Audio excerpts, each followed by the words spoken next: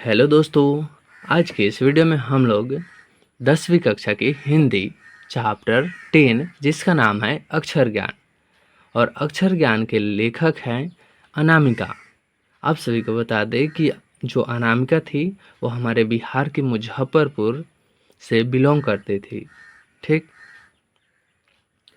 तो बिना किसी देरी की वीडियो को स्टार्ट करते हैं और इस चैप्टर से रिलेटेड जितने भी ऑब्जेक्टिव प्रश्न बोर्ड एग्जाम में पूछे जाते हैं सभी ऑब्जेक्टिव हम लोग इस वीडियो में कवर करेंगे।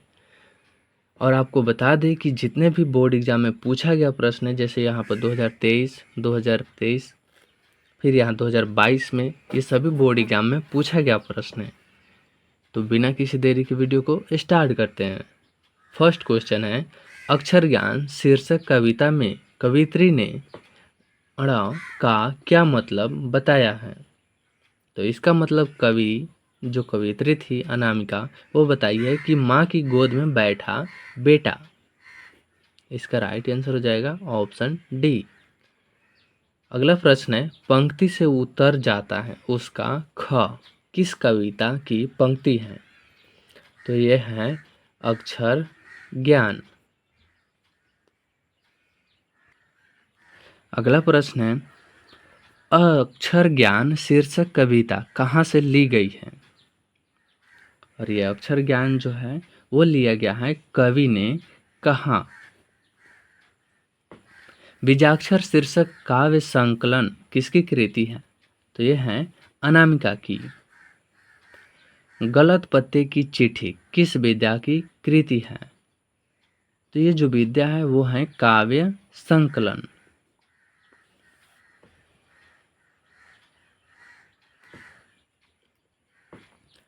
अनुष्टुप किसकी कृति है। तो अनामिका की है। अक्षर ज्ञान किसकी रचना है। तो अक्षर ज्ञान की बात करें तो ये है अनामिका की। अगला प्रश्न है, अनामिका किस काल की कवियत्री है। तो ये है समकालीन कवियत्री है। चौखट में बेटे का क्या नहीं अटता है। चौखट में बेटे का क नहीं अटता था। इस बच्चा कहाँ आकर थमक जाता है। तो बच्चा अड़ा पर आकर थमक जाता था। अगला प्रश्न है, अबोध बालक के अक्षर पाटी पर क्या नहीं अटता था। तो उनके पाटी पर जो था क नहीं अटता था। किसका ध्यान क लिखते समय कबूतर पर होता है। तो अबोध बालक का जो था वो क लिखते समय कबूतर पर पड़ता है। बालक अड़ा के ड को क्या समझता है।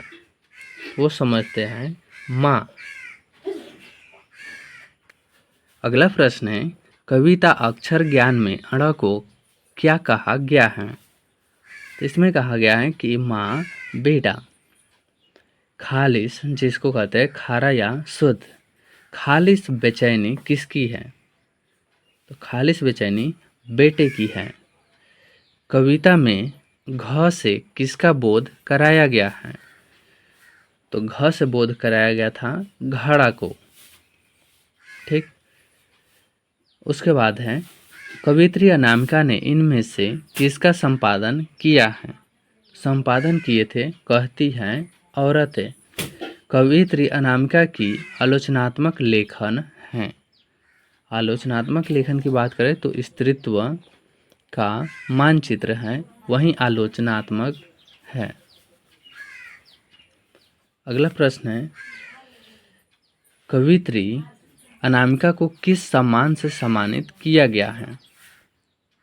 तो उनको अवार्ड जो मिला था, सम्मान मिला था, वो राष्ट्रभाषा परिषद पुरस्कार, भारत भूषण अग्रवाल पुरस्कार और गिरजा कुमार माथुर पुरस्कार, यानी कि इनमें से सभी से अवार्ड मिला था इनको।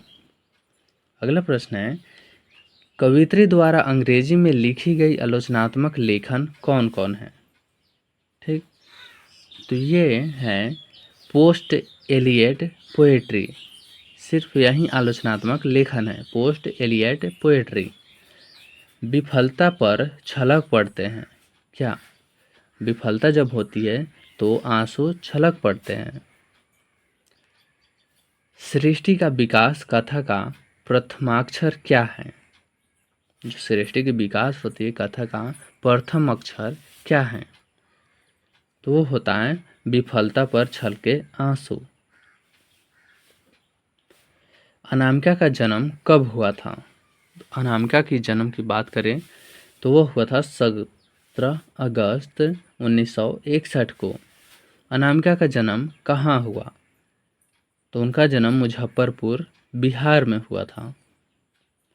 अनामिका के पिता का नाम क्या था? उनके पिता का नाम श्यामनंदन किशोर था। खालिद शब्द क्या है? खालिद शब्द जो होता है वो एक अरबी भाषा है या शब्द है। अगला प्रश्न है ड़ वर्ण है। जो ड़ वर्ण होते हैं वो होते हैं नासिकीय वर्ण।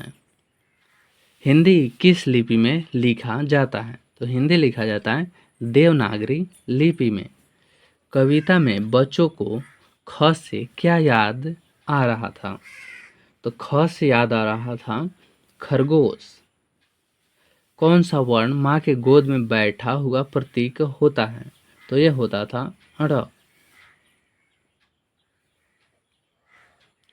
घड़े सा लुढ़कता हुआ उसका घ किस पर आकर थमक जाता है? तो ये थमक जाता था अड़ पर आकर थमक जाता था, क्योंकि घ के बाद अड़ ही आता है। प्रथमाक्षर का विपरीतार्थक क्या है? तो उसका विपरीत होता है अंत्याक्षर, यानी प्रथम और अंत उसका विपरीत हुआ।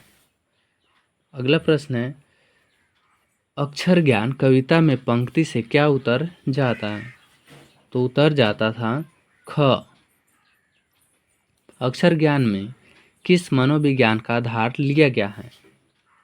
तो वो मनोविज्ञान था बाल मनोविज्ञान। इस चैप्टर में टोटल 34 ऑब्जेक्टिव प्रश्न था, जो कि बोर्ड एग्जाम के लिए काफ़ी हेल्पफुल होगा। मिलते हैं तब तक नेक्स्ट वीडियो में।